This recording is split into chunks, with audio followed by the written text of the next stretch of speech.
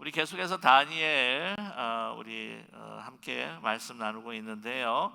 오늘은 다니엘 4장 1절에서부터 37절까지 말씀입니다. 조금 길긴 한데요. 그러나 또 우리 말씀을 봉독하는 것이 가장 중요한 것이기에 우리가 말씀을 생각하면서 또 천천히 함께 합독하겠습니다. 다니엘 4장 1절에서부터 37절까지 말씀입니다. 느부갓네살 왕은 천하에 거주하는 모든 백성들과 나라들과 각 언어를 말하는 자들에게 조서를 내리노라 원하노니 너희에게 큰 평강이 있을지어다. 지극히 높으신 하나님이 내게 행하신 이적과 놀라운 일을 내가 알게 하기를 즐겨하노라. 참으로 크도다 그의 이적이요 참으로 능하도다 그의 놀라운 일이요 그의 나라는 영원한 나라예요 그의 통치는 대대에 이르리로다. 나 느부갓네살이 내 집에 편히 있으며 내 궁에서 평강할 때에 한 꿈을 꾸고 그로 말미암아 두려워하였으니 곧 내 침상에서 생각하는 것과 머릿속으로 받은 한상으로 말미암아 번민하였노라. 이러므로 내가 명령을 내려 바벨론의 모든 지혜자들을 내 앞으로 불러다가 그 꿈의 해석을 내가 알게 하게 하였더라. 그때에 박수와 술객과 갈대아 술사와 점쟁이가 들어왔으므로 내가 그 꿈을 그들에게 말하였으나 그들이 그 해석을 내게 알려주지 못하였느니라. 그 후에 다니엘이 내 앞에 들어왔으니 그는 내 신의 이름을 따라 벨드사살이라 이름한 자요 그의 안에는 거룩한 신들의 영이 있는지라.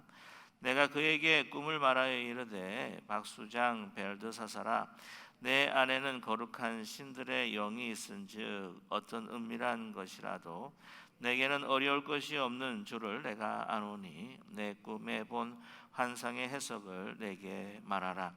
내가 침상에서 나의 머릿속으로 받은 환상이 이러하니라.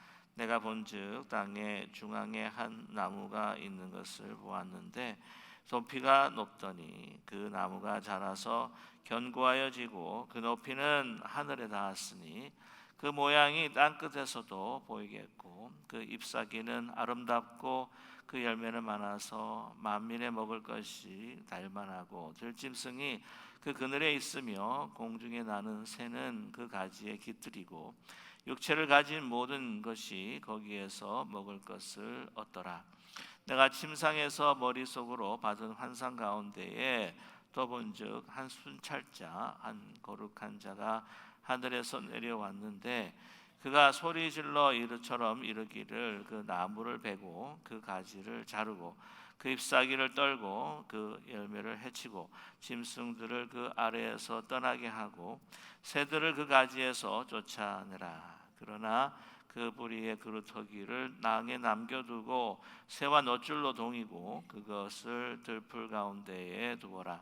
그것이 하늘 이슬에 젖고 땅의 풀 가운데에서 짐승과 더불어 제 몫을 얻으리라. 또 그 마음은 변하여 사람의 마음 같지 아니하고 짐승의 마음을 받아 7대를 지내리라. 이는 술 찬 자들의 명령대로요 거룩한 자들의 말대로이니 지극히 높으신 이가 사람의 나라를 다스리시며 자기의 뜻대로 그것을 누구에게든지 주시며 또 지극히 천한 자를 그 위에 세우시는 줄을 사람들이 알게 하려 함이라 하였느니라. 나 느부갓네살 왕이 그 꿈을 꾸었나니 너 벨드사살아 그 해석을 밝히 말하라. 내 나라 모든 지혜자가 능히 내게 그 해석을 알게 하지 못하였으나 오직 너는 능히 하리니 이는 거룩한 신들의 영이 내 안에 있음이라.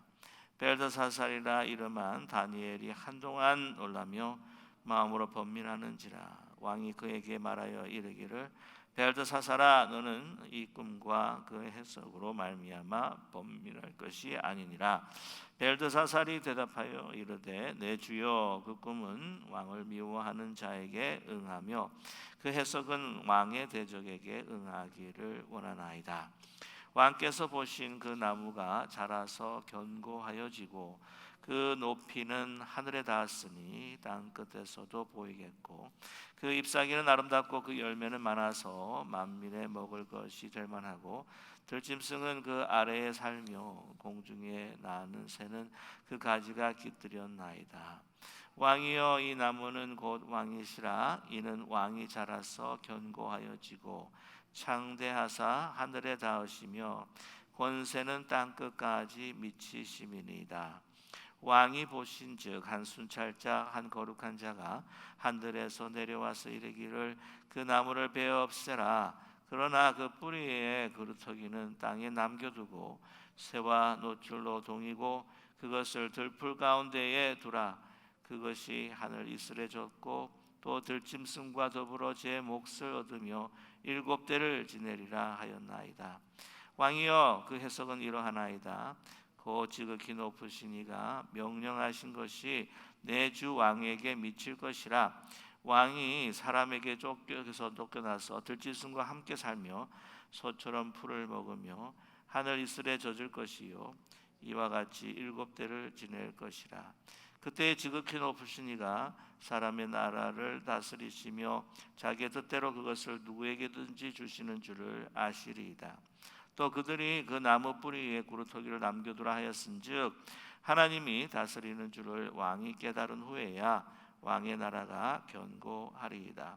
그런즉 왕이여 내가 아뢰는 것을 받으시고 공의로 행함을 죄를 사하고 가난한 자를 긍휼히 여김으로 죄악을 사하소서. 그러하시면 왕이 평안함이 혹시 장구하리다 하니라. 모든 일이 다 느부갓네살 왕에게 임하였느니라. 12달이 지난 후에 내가 바벨론 왕궁 지붕에 거닐새 나 왕이 말하여 이르되 이 큰 바벨론은 내가 능력과 권세로 건설하여 나의 도성을 삼고 이것으로 내 위엄의 영광을 나타낸 것이 아니냐 하였더니 이 말이 아직도 나의 왕의 입에 있을 때에 하늘에서 소리가 내려 이르되 느부갓네살 왕아 내게 말하노니 나라의 왕위가 내게 떠났느니라. 내가 사람에게 쫓겨나서 들짐승과 함께 살면서 소처럼 먹을 것이요 자기 뜻대로 그것을 누구에든지 주시는 줄을 알기까지 이르리라 하더라. 바로 그때에 이 일이 느부갓네살 왕에게 응함으로 내가 사람에게 쫓겨나서 소처럼 풀을 먹으며 몸이 하늘 이슬에 젖고 머리털이 독수리 털같이 자랐고 손톱은 새 발톱같이 되었더라. 그 기한이 참에 나 느부갓네살이 하늘을 우러보았더니 내 총명이 다시 내게로 돌아온지라. 이에 내가 지극히 높으신 이에게 감사하며 영생하시는 이를 찬양하고 경배하였나니 그 권세는 영원한 권세요 그 나라는 대대에 이르리로다. 땅의 모든 사람들을 없는 것 같이 여기시며 하늘의 군대에게든지 땅의 사람에게든지 작은 자기 뜻대로 행하시나니 그의 손을 금하든지 혹시 이르기를 내가 무엇을 하느냐고 할 자가 아무도 없도다. 그때 내 총명이 내게로 돌아왔고 또 내 나라의 영광에 대하여도 내 위엄과 광명이 내게로 돌아왔고 또 나의 모사들과 관원들이 내게 찾아오니 내가 내 나라에서 다시 세움을 받고 또 지극한 위세가 내게 더하였느니라. 그러므로 지금 나 느부갓네살은 하늘의 왕을 찬양하며 칭송하며 경배하노니 그의 일이 다 진실하고 그의 행하심이 의로이심으로 교만하게 행하는 자를 그가 능히 낮추심이라. 아멘. 아멘.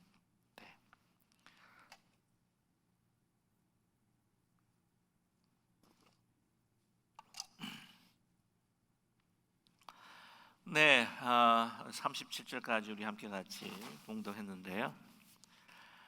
우리 특별히 1절에서부터 우리 4절까지 이제 보시게 되면은, 특별히 3절까지 보시게 되면은 이 느부갓네살 왕이 참 많이 달라졌다 하는 생각을 갖게 됩니다.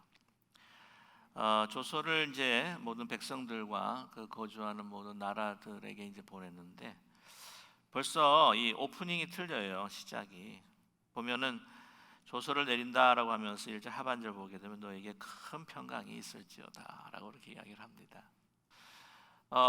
그는 정말 모든 권세를 잡은 자입니다. 그렇죠? 그래서 큰 신상을 만들어 놓고 다 절하라고 그러고, 또한 이 모든 이 세계를 정말 신바벨론 제국을 건설하면서 제패하는 가운데서 정말 그 어느 누구도 감히 대항할 수 없는, 감히 도전할 수 없는 정말 아주 큰 왕으로서 지금 군림하고 있는데, 지금까지 그의 행보를 이렇게 볼 때에 이렇게 조서를 내리면서 평안할지어다, 오늘 큰 평강이 있을지어다, 말이 달라졌다는 거죠.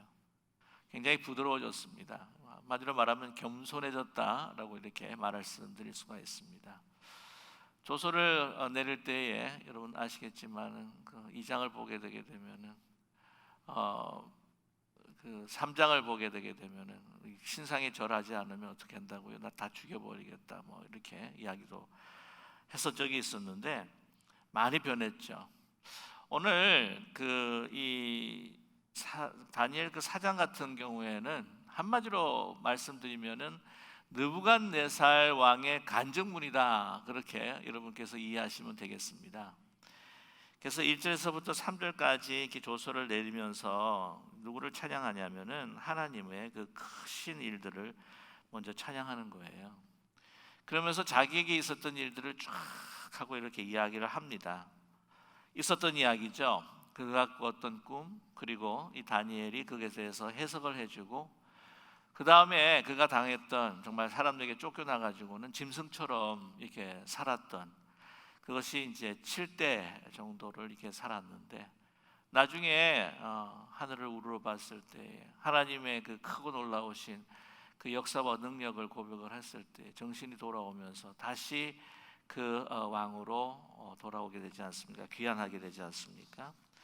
그러면서 이제 보시게 되면은 이제 37절에서부터 이제 마지막에 보면은 그러므로 지금 나 느부갓네살은 하늘의 왕을 찬양하며 칭송하며 경배하노니 그의 일이 다 진실하고 그의 행하심이 의로우심으로 교만하게 행하는 자를 그가 능히 낮추심이라 라고 이렇게 말씀하고, 이렇게 그는 고백하고 있습니다. 하나님을 찬양하고 있죠. 낮아진 거예요. 하나님께서 자기를 낮추셨다는 겁니다. 그 모든 일들을 지금 보고하고 있어요. 그리고 간증하고 있습니다. 이게 참 보면 이 어려운 일들을 당하고 다시 왕으로 이제 귀환을 했는데, 그런 자기의 허물이잖아요. 자기의 연약함, 자기 실패, 그 왕으로서 그걸 다 참 덮고 싶지 않겠습니까? 그리고 다 이제 덮고 싶으면서 그냥 지나가면서 누구라도 안전해서 그런 그 기억하고 싶지 않은 그 실패한 그 경험들을 갖다가 좀 언급을 한다고 할지라도, 아니 감히 누구 앞에서 그런 이야기를 떠올리니 하면서 이렇게 목을 칠 수도 있는데도 불구하고 그러지 않냐고 정말 그가 겸손해지고 낮아졌다라고 하는 증거가 뭐냐면, 이 모든 일들을요 정말 그 모든 백성, 자기가 다스리고 있는 그 바벨론 그 제국의 모든 백성들에게 다 알리고 있다고 하는 겁니다. 그만큼 낮아졌다는 것이죠. 오늘 이제 말씀 보게 되면은요, 그래서 1절, 그 2절 보시게 되면은요, 그렇게 이야기합니다. 왜 이렇게 조서를 그들에게 내려서 자기의 참 이렇게 부족하고 참 이렇게 수치스럽고 실패한 그 이야기들을 그렇게 하고 있는가? 2절에 보시면 지극히 높으신 하나님이 내게 행하신 이적과 놀라운 일을 내가 알게 하기를 즐겨하노라. 내가 너희들에게 이렇게 알게 하는 것을 정말 내가 그것이 기쁘다는 겁니다. 그래서 온전히 하나님의 영광을 드러내고 그의 놀라우심과 경이로우심을 찬양하기를 원한다는 것이죠. 3절에 보면 참으로 크도다 그의 이적이여, 참으로 능하도다 그의 놀라운 일이여, 그의 나라는 영원한 나라여, 그의 통치는 대대에 이르리로다. 그의 나라가 영원하다, 그의 통치가 정말 대대에 이르고 영원할 것이다. 영원하다. 나는 그냥 한낱 인간일 뿐이고 나의 제국은 한계가 있고 영원치 않다. 그러나 그의 나라는 영원하며 나를 통치하시고 또한 이 정말 이 제국을, 이 바벨론 제국, 이 거대한 제국, 모든 나라들이 벌벌 떨고 그 앞에서 무릎을 꿇는 이 제국을 다스리는 정말 최고의 그 권위자는, 통치자는 바로 하나님이시다 라고 하는 것을 고백하고 있습니다. 그래서 모든 백성들이 그거 알기를 원한다. 참 놀라운 일이죠. 이 놀라운 변화입니다. 사람이 참 변하기가 쉽지 않은데 또 이렇게까지 변하는 모습을 보게 되면은 참 하나님께서 어떻게 그냥 엄청난 역사로 그에게 그를 만지시고 또한 간섭하시고 터치하셨는가라고 하는 그의 간증이 이제 4절부터 나오게 되죠. 우리 쭉 읽었습니다. 그래서 그가 꿈에서 환상에서 한 꿈을 꾸게 된 것이죠. 자, 오늘 말씀 보게 되면 이제 4절이죠. 나 누부갓네살이 내 집에 편히 있으며 내 궁에 평강할 때에, 그 시절은 이제 이 누부갓네살 그 통치의 말기라고 이야기할 수 있고 그 대제국 그 신바벨론의 아주 가장 부흥기라고 이야기할 수가 있습니다. 모든 그 제국의 그 나라들을 다 이제는 이제 무찌르고 또 그것을 이제 점령하면서 이제 거기에 전쟁을 좀 이제 그치고 이제 쉼을 얻게 되는 그러한 평안한 그 상태로 이제 들어가게 됐다고 하는 것이죠. 그래서 모든 것들이 좀 안정이 되어가는 가운데에서 오늘 보게 되면은 자기가 편안히 궁에 평강할 때에, 그는 참 싸우기를 좋아하는 왕이었거든요. 그래서 막 계속해서 전쟁을 일으키면서 그 막 큰 영토를 갖다가 넓혀가는데 이제는 이제 전쟁은 이제 그친 겁니다. 그래서 궁에 편안히 돌아와가지고 쉬는데 과연 편안할까요? 평안할까요? 그렇지 않습니다. 그 어느 누구도 대적할 수 없고 어느 누구도 도전할 수 없는 정말 그 최고의 권력자였던 느부갓네살 왕을 번민케 하는 것이 있는 겁니다. 걱정하게 하는 것이 있습니다. 염려하게 하는 것이 있죠. 이 땅에 어떤 적도 없습니다. 사실은요. 그런데 번민하게 하는 것이 뭐냐면 바로 꿈입니다. 꿈. 5절의 말씀에 한 꿈을 꾸고 그로 말미암아 두려워하였으니 내가 곧 내 침상에서 생각하는 것과 머릿속으로 받은 환상으로 말미암아 번민하였노라. 자기가 이 큰 제국의 왕인데 지금 간증을 하는 거예요, 그들에게. 그래서 자기는 그 보통 일반적인 이 왕이라고 한다면 좀 내놓기 힘든, 근데 두려워했다, 번민했다, 이런 이야기를 그냥 스스럼 없이 지금 하고 있는 거예요. 자, 그거를 그 어느 누구도 정말 두렵게 할 수 없는 이 그 왕을 두렵게 했던 것, 번민하게 했던 것, 그것은 바로 꿈이었습니다. 그의 마음을 제대로 다스리지 못하는 것이죠. 그의 생각을 다스리지를 못하는 겁니다. 여러분 잘 아시겠지만은 사람의 가장 큰 적이라고 한다면 바로 우리 자신이, 우리 마음이라고 하는 거죠. 그 어느 누구도 그의 마음을 두렵게 하거나 흔들지 못해도요, 우리 그의 마음으로 인하여서 번민하고 두려워하게 되는 겁니다. 마음의 그 생각에 그 평안을 가진다고 하는 것이 그렇게 쉽지 않다고 하는 것이죠. 정말 아무것도 염려하지 말고 모든 일에 기도와 간구로 정말 감사함으로 하나님께 아뢰라. 그리하면 지각에 뛰어나신 하나님의 평강이 예수 그리스도 안에서 너의 생각과 마음을 지키시리라 라고 하는 빌립보서 4장 6절에서부터 7절까지 말씀이 있는데, 이거 마음과 생각을 지키지를 못하는 거예요. 그래서 번민을 하는 겁니다. 여러분, 우리 이 세상에서 정말 그 뛰어난 사람들, 우리가 볼 때 저 사람은 뭐 하나도 부족함이 없는 모든 것을 가진 사람이다. 세상이 부러워할 수 있는 모든 조건들을 다 갖춘 사람이다 라고 하는 사람들도 있지 않습니까? 재물도 있고 인기도 있고 뭐 외모도 있고 모든 것들을 가진 사람들. 그 사람들이 무슨 걱정이 있겠는가? 그 사람이 무슨 뭐 예수 그리스도가 필요하겠나? 그 사람이 무슨 뭐 삶의 갈증이 있겠나? 그 사람이 무슨 뭐 인생의 굶주림이 있겠어? 그렇게 생각하지만 안 그렇다는 거죠. 그들에게도 번민이 있고 또한 걱정이 있고 염려가 있습니다. 뭔가 말할 수 없는, 한번 꿈이나 다른 것을 생각이 한번 어지러 놓아 버리면은요, 이게 종잡을 수 없는 것이 그들 자신의 마음이라고 하는 것이죠. 오늘 그래서 정말 말씀을 드리고 싶은 것은요, 아무리 보기에 부족함이 없는 사람이라고 할지라도 저 사람도 근본적으로 존재적인 어떤 그 갈망과 갈등과 굶주림이 있는 사람이다. 그래서 여러분, 우리보다 훨씬 더 사회적으로 외형적으로 뛰어나 보인다 할지라도 여러분 좀 불쌍히 여기고 또 그 말씀을 정말 나누고 어떻게 하든지 그 마음의 그 삶에 성령이 들어가시고 복음이 들어가기를 원하는 그런 간절한 마음들을 가질 수 있는 우리 모두가 되기를 간절히 소망합니다.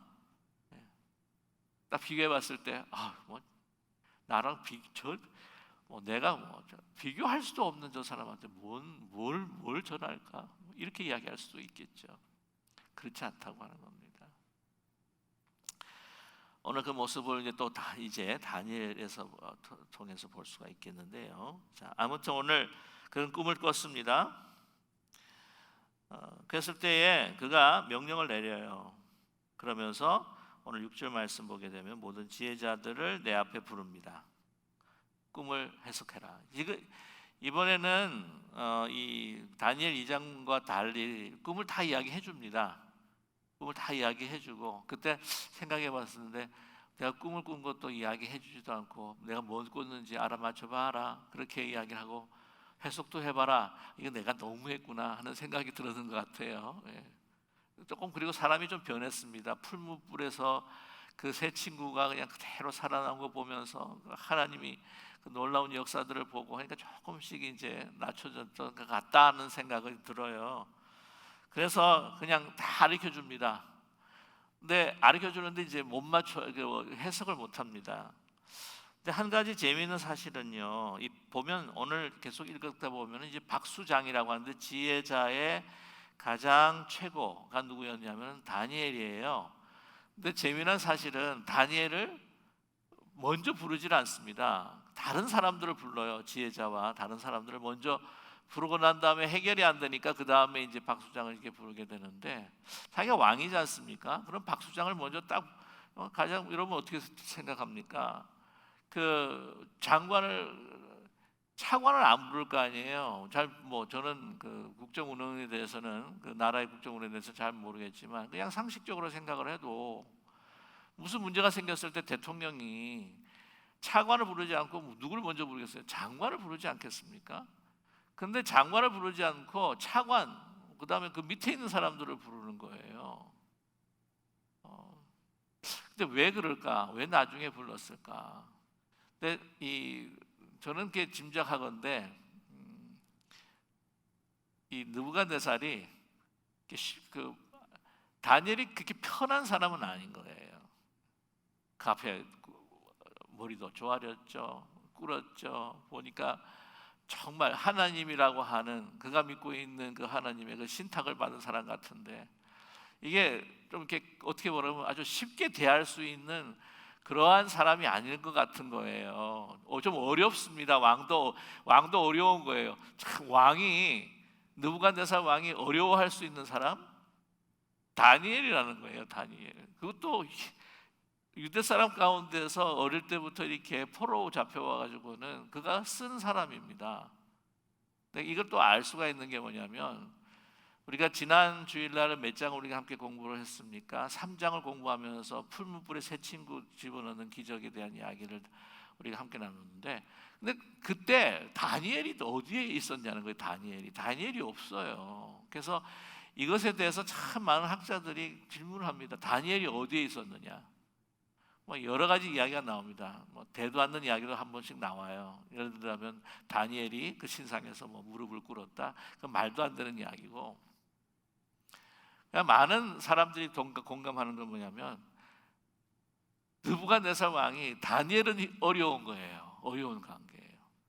그래가지고 다니엘이 그 신상 앞에서 나 안 해요. 나 무릎 안 꿇어요.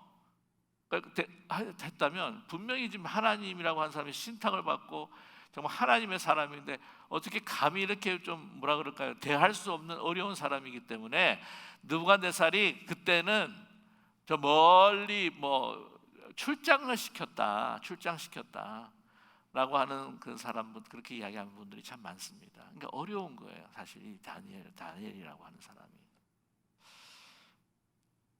다니엘이 사실 뭐 포로로 잡혀와가지고 맨 시작할 때는 뭐 가진 것이 있습니까? 정말 한 가지 정말 소위 속되게 말한다면 백이 있다면 하나님 백 하나로 믿고 그냥 이때까지 여기까지 올라왔는데, 뭐 느부갓네살 왕이 가지고 있는 권세 앞에서는 참 초라한 인물일 수밖에 없어요.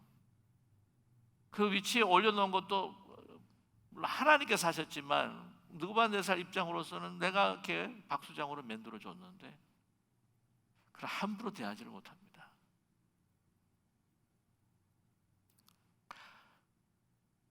그 하나님만을 두려워하는 사람들은요, 세상 사람들이 함부로 하지 못해요. 대항할 수가 없습니다. 여러분 믿으십니까? 한마디로 하나님만을 두려워하는 사람은요, 눈에 보이는 게 없어요. 하나님밖에. 그래서 진짜 믿는 사람이 무서운 겁니다. 근데 그런 믿음이 우리에게 필요하지 않겠습니까? 그래서 부르는 거예요. 그래서 꿈을 다 이야기해 줍니다. 이야기를 해주는데 그 꿈을 다 듣습니다. 그 꿈을 이제 듣게 되는데, 오늘 말씀 보게 되면은 아주 큰 나무가 자라서 견고해지고 어디까지 거기 닿는다고요? 하늘까지 높이 닿을 정도로 높은 나무입니다. 땅 끝에서부터 다 볼 수 있는 정말 그 엄청난 나무죠. 오늘 말씀 보게 되면은 12절에 막 잎사귀가 너무 아름답고 열매가 많고 만민들이 다 먹을 수 있는 만한 들짐승들과 정말 새들이 그 그늘에서 그냥 안식을 취하고 먹을 것을 얻고. 그런데 어떻게 됩니까? 그런 가운데에 있는데 하늘에서 한 순찰자가 내려와 가지고는 이야기를 합니다. 선포합니다. 소리를 지릅니다. 14절에 보면요. 근데 어떻게 소리를 지르냐면요, 그렇게 무너지지 않을 것 같은 하늘을 높은 엄청난, 그러니까 그 높이가 그 정도면은 뭐 이 넓이, 둘레라고 하는 것은 뭐 이루 말할 수가 없겠죠. 저도 이제 세코이아 파괴 가가지고는 셜먼 라고 하는 그 나무를 봤는데, 와 진짜 얼마나 큰지, 이거 어떻게 이렇게 결코 쓰러지지 않을 나무처럼 보이는, 하늘 굉장히 높아요. 근데 그보다 더 높은 나무겠죠. 근데 오늘 말씀 보게 되면은요, 오늘 그 순찰자, 하늘에서 이 하나님 명령을 받고 아마 천사 같은 존재일 겁니다. 이게 두루 다니면서 보는 이 역사하는 하나님의 그 일을 감당하는 천사와 같은 존재인데요, 그 거룩한 자가 하늘에서 내려와서 이야기합니다. 14절 말씀 보면은요, 그 나무를 쓰러뜨리고 사무의 그 존재를 무색하게 하는 그 낱말들이 엄청나게 나옵니다. 자 보세요. 그가 소리질러 이처럼 이르기를 나무를 베고 가지를 자르고 잎사귀를 떨고 열매를 해치고 그 짐승들 아래서 다 떠나게 하고 새들을 다 쫓아버리고. 그러니까 아무리 큰 것이라고 할지라도 이렇게 막 계속해서 그냥 이어지는 이 제거하고 잘라버리고. 그러니까 완전히 이제 딱 남는 것이 뭐냐면 그 그루터기만 딱 남았다는 것이죠. 그리고 그 그루터기 남겨두고 새와 노줄을 동이고 그것을 들풀 가운데 두었다. 짐승과 같이 제 몫을 얻으면서 그곳에서 머물게 된다라고 하는 것을 말씀하고 있습니다. 그러면서 16절 말씀에 보면 그 마음이 변하여 뭐가 된다고요? 사람 마음 같지 아니하고 짐승의 마음을 받아서 7대를 지내리라. 짐승의 마음. 그러니까 이것이 바로 이 느부갓네살 왕의 바로 운명인데요. 그것에 대해서 이 벨드사살이라고 하는 그 다니엘이 뭐라고 이야기를 하냐면 보십시오. 19절입니다. 벨드사살에 이르면 다니엘이 한동안 놀라며 마음에 번민한지라. 왕이 그에게 말하기를 벨드사살아 너는 이 꿈과 그 해석으로 말미암아 번민할 것이 아니니라. 벨드사살아 대답하여 이르되 내 주여 그 꿈은 왕이 미워하는 자에게 응하며 그 해석은 왕의 대적에게 응하기를 원하나이다 라고 이렇게 이야기를 합니다. 너무 안 좋은 꿈이라는 거죠. 이것이 이 느부갓네살 왕이 일어날 것이라고 하는 겁니다. 근데 보면 연민의 정을 갖고 있는 거예요. 사실 그 민족들을 패하고 포로로 잡아오고 예루살렘 성을 무너뜨리고 하는 정말 포악한 왕이라고도 이야기할 수가 있습니다. 그런데 지금 그 왕을 바라보면서 그가 닥칠 이 운명을 바라보면서 그 마음에 정말 진심으로 이야기했을 거예요. 내가 이 이야기를 해가지고는 아주 부정적인 이야기인데 이 이야기를 했다가 목이 그냥 된 거다 하고 날아갈 거다, 내가 죽음을 당할 거다 라고 두려워서 내가 번민해가지고는 내가 할 말도 못하고 지금 우물쭈물하고 거리는 게 아니라고 하는 거죠. 안 좋은 이야기입니다. 엄청난 어려운 일을 당할 건 거죠. 그래서 이게 정말 이 왕의 어떤 적들에게 나타났으면 좋을 뻔한데 이것이 왕에게 일어나게 된다고 하는 것을 정말 그 왕이 어떻게 이것을 택해서 마음이 정말 가슴이 찢어지고 어떻게 실망하고 어떻게 정말 안타까워하고 고통스러워할지를 예상을 하면서 정말 이 연민의 정으로 이 일이 다른 사람한테 나타났으면 좋았을 텐데 라고 하는 그 마음으로 지금 이야기를 못하고 있는 거예요. 지금 주저주저 하고 있는 겁니다. 이 보게 되면은요, 그 모든 권세를 가지고 있는 그 왕을 연민해야 하며 그 일어날 일에 대해서 이 왕을 불쌍하게 여기는 그런 다니엘의 그 마음이라고 하는 것, 그것은 하나님만을 경외하고 하나님만을 두려워하는 그러한 사람들이 가질 수 있는 마음이라고 하는 것이죠. 어떤 권세와 어떤 능력과 어떤 위치에 있는 사람이라고 할지라도 그 사람이 두려워서 벌벌벌 떠는 것이 아니라 그 사람마저도 하나님의 심판과 통치 아래에 있을, 그가 잘못하면은 하나님 앞에 심판받을 수밖에 없는 존재라고 하는 것을 그 눈으로 보고 그 심령을 보기 때문에 불쌍히 여기고 연민의 마음을 가질 수 있는 것이 바로 하나님의 사람이다. 그런 저와 여러분이 되기를 간절히 원합니다. 그 세상 앞에서 정말 이렇게 멋있게 정말 하나님의 통치가 우리 가운데 임하기 때문에 내가 당당하게, 또한 정말 어떤 사람들도 그 심령에 하나님이 없고 그 심령에 성령이 없다고 한다면 정말 긍휼히 불쌍히 여겨야 할 필요가 있다고 하는 거죠. 그런 넉넉함, 그런 넉넉함, 그런 여유, 그런 마음들을 믿음을 통해서 우리가 가질 수 있다고 하는 거예요. 자, 우리 다시 한번 보시면요, 그걸 다 해석을 해줍니다. 이게 다 왕이 닥칠 운명입니다라고 이야기하는 거죠. 그렇지만 이것이 왕이 완전히 멸망하는 것이 아니라 하나님께서 왕에게 기회를 주시는 겁니다. 이제 그루터기를 남겨둔다고 하는 거죠. 그리고 그 그루터기에다가요, 그 쇠사슬로 매고 쇠와 놋줄로 동이고 하는 건 뭐냐면, 그때 당시 고대 사회에서 이 정신이 나가고 미친 사람들을요, 그렇게 이 쇠사슬로 이렇게 동여 가지고는 그렇게 놔두었다고 합니다. 여러분 잘 아시겠지만은 그 마가복음 5장에 보게 되면 그 거라사 그 지방에 그 귀신 들린 사람을 그 쇠사슬로 이렇게 동여 묶지 않습니까? 그거 막 끊어내기도 하는 어떤 그런 엄청난 힘을 발휘하게 되는데요. 그러한 그 어떤 질병이라고 하면 그런 질병을 가졌다고 하는 것을 우리가 짐작을 할 수가 있어요. 그래서 아마 이 쫓겨나고 난 다음에 정신병이 들었는지 아니면 정신병이 들어서 사람들에게 쫓겨나가지고는 이 쇠사슬로 동였는지, 그 부분에 대해서는 어떻게 우리가 정확하게 파악할 수 없는 부분이기도 합니다. 자, 그런데 오늘 말씀 보게 되면 27절에 이 모든 것들을 해석해 주면서 경고를 하죠. 그런즉 왕이여, 내가 아뢰는 것을 받으시고 공의를 행함으로 죄를 사하고 가난한 자를 긍휼히 여김으로 죄악을 사하소서. 그리하시면 왕의 편안함이 혹시 장구하리다 하니라. 하나님의 공의를 펴라는 것이죠.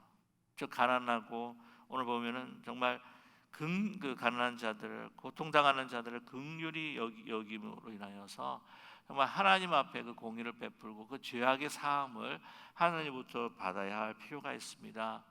한마디로 교만하거나 자기 중심적으로 모든 일들, 그래서 다른 이들의 그 고통과 아픔들을 살피지 못하는 것이 아니라 그들 가운데 그들의 마음의 심정을 알아보고 그 자리까지 내려가서 그들을 돌보면서 정말 겸손한 자세로 섬길 때에 하나님께서 당신의 죄를 또한 용서하시고 또한 그 당신의 나라를 장국케 하실 겁니다. 자, 그런데 그 이야기를 이제 들었으면은 그렇게 하는 게 좋지 않겠어요, 그죠? 그 정도 이야기를 했으면. 그런데 오늘 말씀 보게 되면 그렇지 않습니다. 근데 이 모든 일이 어떻게 해요? 자기 고백을 하는 거예요. 다 임했다고 말이죠. 28절에. 그러면서 12달이 지난 후에 1년입니다. 오늘 말씀 한번 보세요. 바벨론 왕궁 지붕의 건입니다. 30절에 나 왕이 말하여 이르되 이 큰 바벨론은 내가 능력과 권세로 건설하여 나의 도성으로 삼고 이것으로 내 위엄의 영광을 나타낸 것이 아니냐 하였더라. 지붕에 딱 더 높은 곳에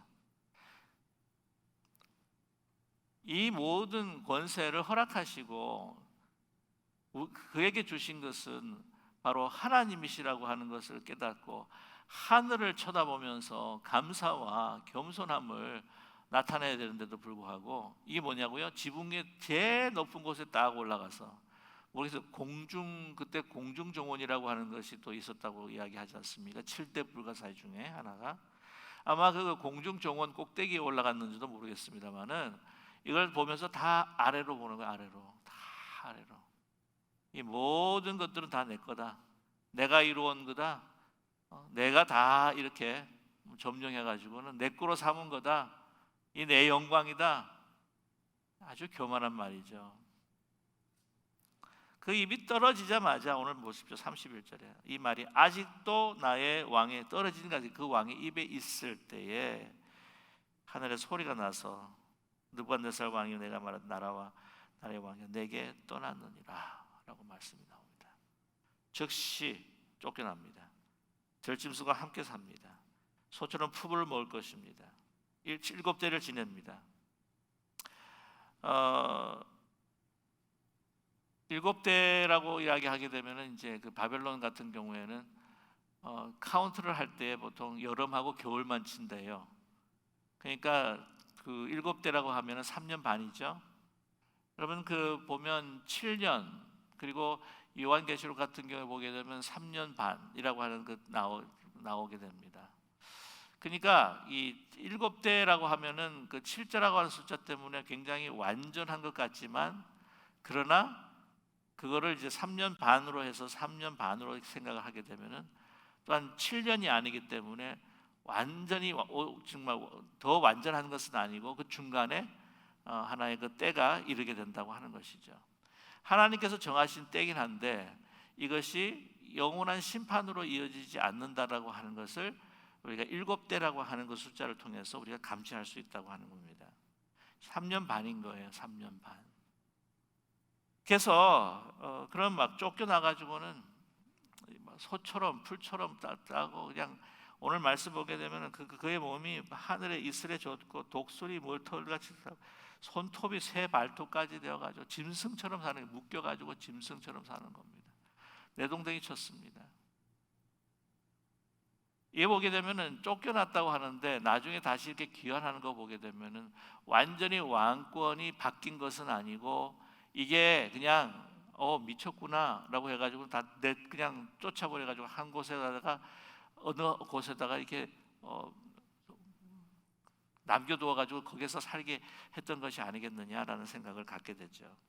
아무튼 그의 운명이라고 하는 것이, 그 상황이라고 하는 것이 처참합니다. 사람이 아닌 거예요. 짐승처럼 사는 겁니다. 그래서 어떤 분은 그런 이야기를 해요. 이 교만한 마음이라고 하는 것은 짐승의 마음이다. 땅만 보면서 그냥 자기의 그 어떤 육과 탐욕과 그 욕정에 그 따라서 모든 것들을 갖다가 개걸스럽게 다 먹어 해치우는, 그리고 자기를 자기의 생존만을 위해서 자기를 나타내는 그런 어떤 교만함을 가진 것이 짐승의 마음이 아니겠느냐라고 이야기하는 분이 있어요. 그런 일이 이제 지나고 난 다음에 이제 7대가 지났죠. 오늘 굉장히 중요한 말씀이 있습니다. 34절 우리 34절 같이 한번 읽어볼까요? 함께 읽겠습니다. 그 기한이 참에 나 느부갓네살이 하늘을 우러러 보았더니 내 총명이 다시 내게로 돌아온지라. 이 내가 지극히 높으신 이에게 감사하며 영생하시는 이를 찬양하고 경배하였나니 그 권세는 영원한 권세요 그 나라는 대대에 이르리로다. 네, 하늘을 우러봤더니 뭐가 다시 돌아왔다고요? 총명이 다시 돌아왔다는 것이죠. 지붕에서 땅을 바라봤을 때는요, 이제는 총명이 흐려지고, 이 교만함으로 총명이 흐려지고, 나중에는 뭐 하여튼 정신이 돌았는 모양이죠. 근데 하늘을 보니까 어떻습니까? 하늘을 바라보니까 이제 그 총명이 다시 돌아온 거예요. 이 세상 사람들요, 땅만을 바라보니까 사람이 돈다고 생각합니다. 현실을 보니까 걱정과 염려로 인하여서 막 마음이 막 갈라지고 막 nervous breakdown이 되고 사람이 막 이렇게 가슴이 두동강 나고 찢어지고, 그러니까 한번 이제 돌아버리는 거죠. 가만 보면은요, 사람마다 다 정신병이 있답니다. 염려와 근심, 걱정, 미래에 대한 불안감. 근데 여러분, 그럴수록 우리가 땅의 현실을 바라보는 우리가 아니라 어디를 바라봐요? 하늘을 바라보는.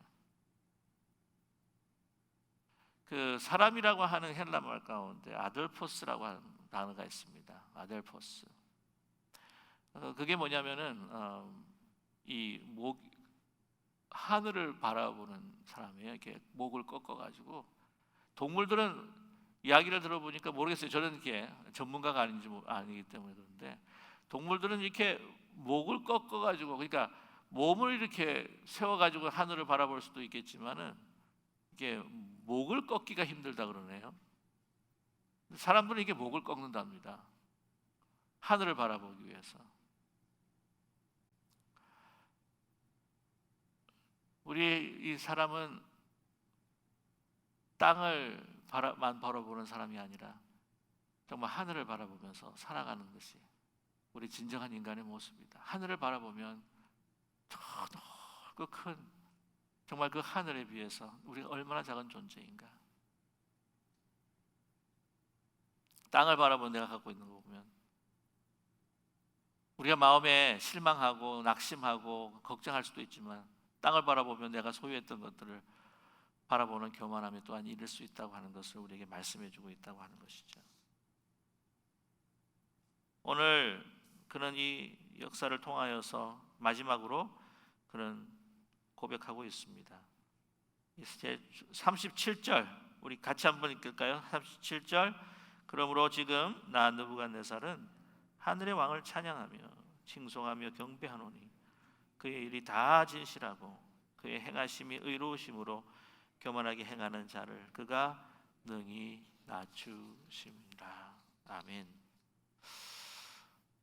교만한 자를 낮추시는 하나님이십니다. 이 세상의 어떤 권세자도 하나님의 허락하지 아니하시면 그 권세를 누릴 수도 없고 그 권세를 사용할 수도 없습니다. 우리가 하나님께서 또 우리를 사랑하여 주셔서 자녀된 권세를 우리에게 주셨습니다. 우리가 이 땅을 바라보면서 교만하거나 낙심하지도 말고 우리가 하늘을 바라보면서 우리의 삶을, 이 세계를, 권세가를, 이 세상의 그 모든 사람들을 통치하시고 역사를 인도하시는 분은 바로 하나님이시다라고 하는 것을 여러분 잊지 말고, 교만하지도 말고, 주눅들지도 말고, 오만하지도 말고, 우리가 용기를 잊지도 말고, 오직 우리의 삶을 하나님 앞에 맡기며 정말 하나님께 주신 그 아들의 권세, 딸의 권세로 당당하게 나아가며 정말 목말라하고 갈증하고 번민하는 우리 이웃들과 이 세상 사람들에게 정말 긍휼히 여기며 우리를 살리신 그 복음을, 하나님의 그 존재와 하나님의 그 은혜를 함께 나누며 그들을 살릴 수 있는, 그들 주님 앞에 인도할 수 있는 저와 여러분이 되시기를 주님의 이름으로 간절히 축원합니다.